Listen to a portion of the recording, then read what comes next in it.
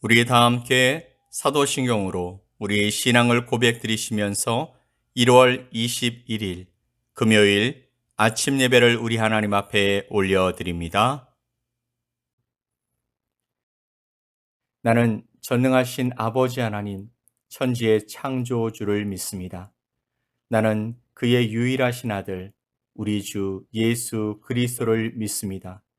그는 성령으로 잉태되어 동정녀 마리아에게서 나시고 본디오 빌라도에게 고난을 받아 십자가에 못 박혀 죽으시고 장사된 지 사흘 만에 죽은 자 가운데서 다시 살아나셨으며 하늘에 오르시어 전능하신 아버지 하나님 우편에 앉아 계시다가 거기로부터 살아있는 자와 죽은 자를 심판하러 오십니다.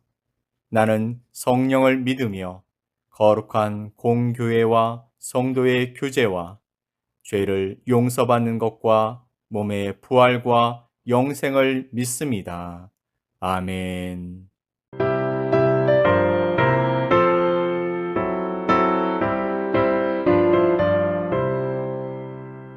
주 예수 크신 사랑 늘 말해주시오. 나 항상 듣던 말씀 또 들려주시오. 저배지 않는 천국 주 예수 계신 곳 나 밝히 알아듣게 또 들려주시오. 나 항상 듣던 말씀 나 항상 듣던 말씀 주 예수 크신 사랑 또 들려주시오. 아침에 이슬 방울 쉬 사라진 같이 내 기억 부족하여 늘 잊기 쉬우니 잘 알아듣기 쉽게 늘 말해주시오. 날 구속하신 사랑 또 들려주시오. 나 항상 듣던 말씀 나 항상 듣던 말씀 주 예수 크신 사랑 또 들려주시오. 주 예수 나를 위해 이 세상 오셔서 날 구속하신 은혜 말하여 주시오. 나 같은 사람 위해 주 보혈을 흘렸네. 이 복스러운 말씀 또 들려주시오. 나 항상 듣던 말씀 나 항상 듣던 말씀 주 예수 크신 사랑 또 들려주시오. 이 세상 헛된 영광 날 미혹할 때에 주 예수 크신 사랑 늘 들려주시오. 천국의 빛난 영광 내 눈에 비칠 때 주 예수 크신 사랑 또 들려주시오.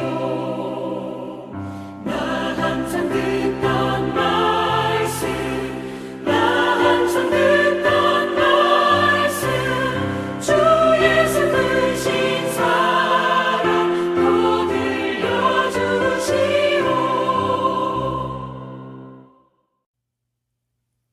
오늘 함께 보실 하나님의 말씀은 사도행전 5장 17절로 26절 말씀입니다.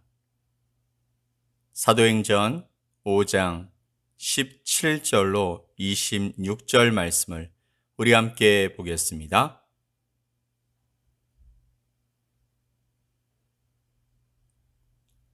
대제사장과 그와 함께 있는 사람, 즉 사두개인의 당파가 다 마음에 시기가 가득하여 일어나서 사도들을 잡아다가 옥에 가두었더니 주의 사자가 밤에 옥문을 열고 끌어내어 이르되 가서 성전에 서서 이 생명의 말씀을 다 백성에게 말하라 하매 그들이 듣고 새벽에 성전에 들어가서 가르치더니 대제사장과 그와 함께 있는 사람들이 와서 공회와 이스라엘 족속의 원로들을 다 모으고 사람을 옥에 보내어 사도들을 잡아오라 하니 부하들이 가서 옥에서 사도들을 보지 못하고 돌아와 이르되 우리가 보니 옥은 든든하게 잠기고 지키는 사람들이 문에 서 있으되 문을 열고 본즉 그 안에는 한 사람도 없더이다 하니 성전 맡은 자와 제사장들이 이 말을 듣고 의혹하여 이 일이 어찌 될까 하더니 사람이 와서 알리되 보소서 옥에 가두었던 사람들이 성전에 서서 백성을 가르치더이다 하니 성전 맡은 자가 부하들과 같이 가서 그들을 잡아왔으나 강제로 못함은 백성들이 돌로 칠까 두려워함이더라. 아멘. 사도들로 말미암아 표적과 기사가 많이 일어나면서 묻혀야 했던 예수의 이름이 다시 세상에 드러나기 시작하자 대제사장과 사두개인의 당파가 마음에 시기가 가득해서 사도들을 잡아다 감옥에 가두었습니다. 당시 이스라엘은 로마의 식민지였지만 어느 정도 자치권을 부여받아서 그들의 문제를 해결하고 있었기 때문에 사도들을 잡아 옥에 가두는 것 정도는 할 수 있었습니다. 초대교회의 가장 심각한 문제는 바로 핍박이었습니다. 초대교회를 피로 물들였던 로마의 10대 박해는 차치해 두고라도 종교 기득권자들의 계속되는 박해가 바로 그것이었습니다. 그런데요, 오늘 본문에 등장하는 사람들을 한번 보십시오. 이미 사도들은 4장에서 한번 투옥을 경험했습니다. 그때도 이들은 기탄 없이 복음을 증거했었습니다. 그러자 대제사장과 그의 사람들이 이번에도 시기가 가득해서 이들을 잡아들였던 것입니다. 33절의 말씀을 보면 노하여 죽이려고 했다라고 말씀하십니다. 다만 백성들이 무서워서 그렇게 하지 못하고 있었던 것이죠. 그런데 그 밤에 주님의 사자가 옥문을 열고 그들에게 말씀합니다. 금방 복음을 전하다가 시기가 가득한 사람들에 의해서 잡혀 들어왔습니다. 그런데 옥문을 열어주면서 또 복음을 전하라는 것입니다. 19절로 20절 말씀을 보면 주의 사자가 밤에 옥문을 열고 끌어내어 이르되 가서 성전에 서서 이 생명의 말씀을 다 백성에게 말하라 하매. 아멘. 주님은 이 사람들의 기분이나 환경은 전혀 생각하지 않으시는 분이실까요? 아니면 지금 이들에게 필요한 것은 담대함이기 때문일까요? 이들에게는 두려움이 없었을까요? 아닐 것입니다. 우리가 아는 대로 사망의 권세는 사단이 가지고 있는 가장 강력한 힘입니다. 그래서 누구나 그 죽음 앞에 두려움을 느끼게 되는 것이죠. 그럼에도 불구하고 본문은 뭐라고 말씀하고 있습니까? 21절 말씀에 그들이 듣고 새벽에 성전에 들어가서 가르치더니 아멘. 그들은 감옥에서 나와서 바로 순종했다라는 것입니다. 조금도 이 일을 제기하지 않았습니다. 피곤했을 것이고 긴장이 풀리면서 힘들었을 수도 있습니다. 하루 정도 쉬고 다시 힘을 내서 다시 전하면 좋을 텐데 꼭 이래야 하는가 하는 의문이 생길 수도 있습니다. 그런데 이들에게는 그런 상황의 불평을 뛰어넘을 수 있는 힘이 있었습니다. 그것이 아니라면 이들의 행동은 이해할 수 없는 것입니다. 앞에 4장에서도 동일하게 공회에서 풀려난 후 그들은 그 동료에게 가서 제사장들과 장로들의 말을 다 알렸습니다. 그리고 계속해서 말씀을 전하고 병든 자를 치유하고 기도하면서 성령에 충만하여 담대히 복음을 전하는 일들을 행하였던 것이죠. 그리고 5장 29절 말씀에서 베드로와 사도들은 이렇게 결론을 내렸습니다. 사람보다 하나님께 순종하는 것이 마땅하니라. 아멘. 여러분도 아멘이시죠? 우리의 주인은 사람이 아닙니다. 우리를 주관하는 힘도 사람에게 있지 않습니다. 우리는 하나님의 자녀요, 하나님이 인도하시고 함께 하시는 하나님의 사람인 줄 믿습니다. 바로 이런 순종에 의해서 하나님의 나라는 건설되고 성장하는 것입니다. 순종이 없는 기독교는 존재할 수 없습니다. 섬김과 봉사, 그리고 사랑과 나눔이 없이는 하나님의 나라는 성장할 수 없는 것입니다. 우리는 여기서 이들의 믿음이 현실의 삶 속에서 역동적인 힘을 가지고 영향력을 행사하고 있는 것을 발견하게 되는 것입니다. 세상 권세에 대한 두려움, 또 생명이 죽을 수 있다라는 두려움을 뛰어넘을 수 있는 믿음의 모습을 발견하게 되는 것이죠. 여러분에게도 이 믿음의 힘이 상황과 환경의 어려움을 이기고 담대히 도전해가는 은혜가 되기를 간절히 축원드립니다. 아멘. 자, 그렇다면 주의 사자가 사도들에게 이 생명의 말씀을 다 백성에게 말하라고 한 그 내용이 무엇일까요? 30절로 32절 말씀을 보면 너희가 나무에 달아 죽인 예수를 우리 조상의 하나님이 살리시고 이스라엘에게 회개함과 죄사함을 주시려고 그를 오른손으로 높이사 임금과 구주로 삼으셨느니라. 우리는 이 일의 증인이요 하나님이 자기에게 순종하는 사람들에게 주신 성령도 그러하니라 하더라. 아멘.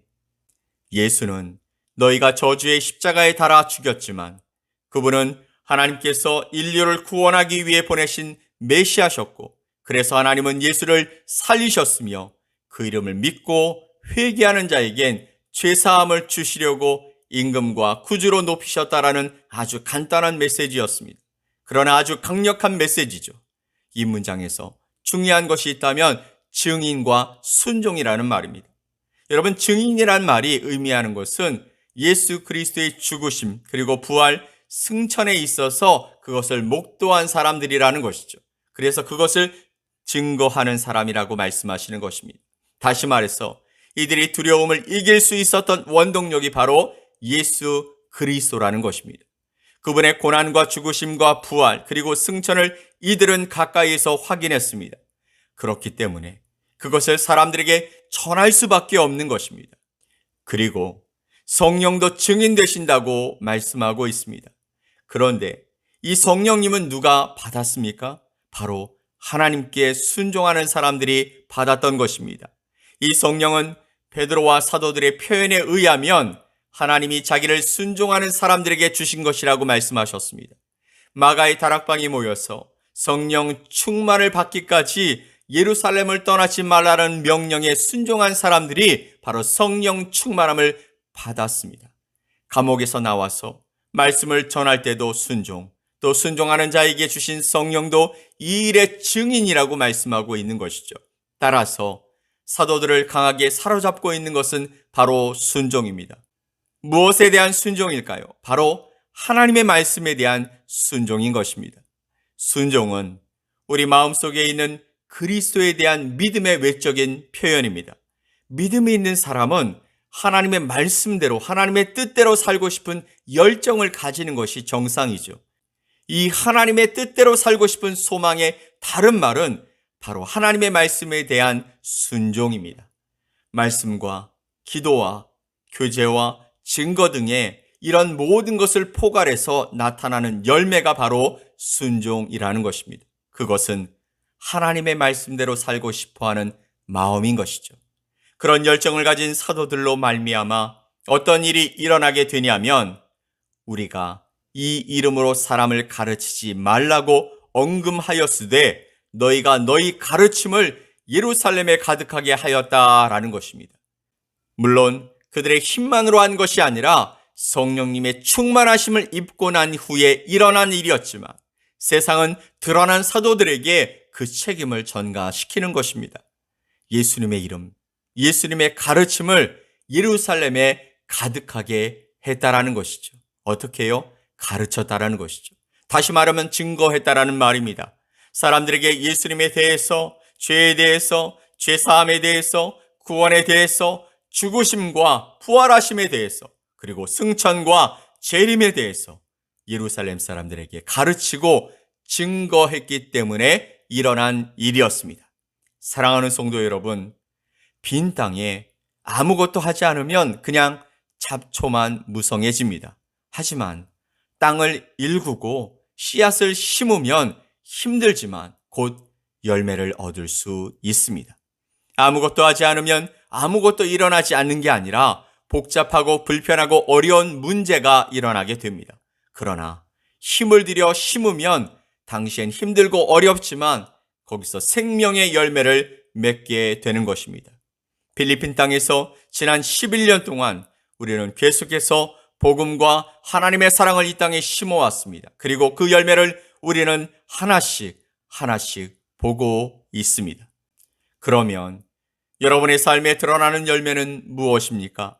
지금도 믿음을, 또 순종을, 찬양을, 섬김과 사랑을 심고 계십니까? 그리고 생명의 복음을 나타내고 있으십니까? 분명한 것은 때가 되면 하나님께서 우리 가운데 얻게 하실 것입니다. 오늘도 주 안에서 우리를 살리신 생명의 말씀을 우리 주변에 심고 또 심는 저와 여러분이 되시길 예수 그리스도의 이름으로 간절히 축복합니다. 아멘. 우리 함께 기도합시다. 생명의 말씀을 전하기를 원하셔서 우리 가운데 성령 하나님을 보내주신 전능하신 하나님 아버지 감사합니다.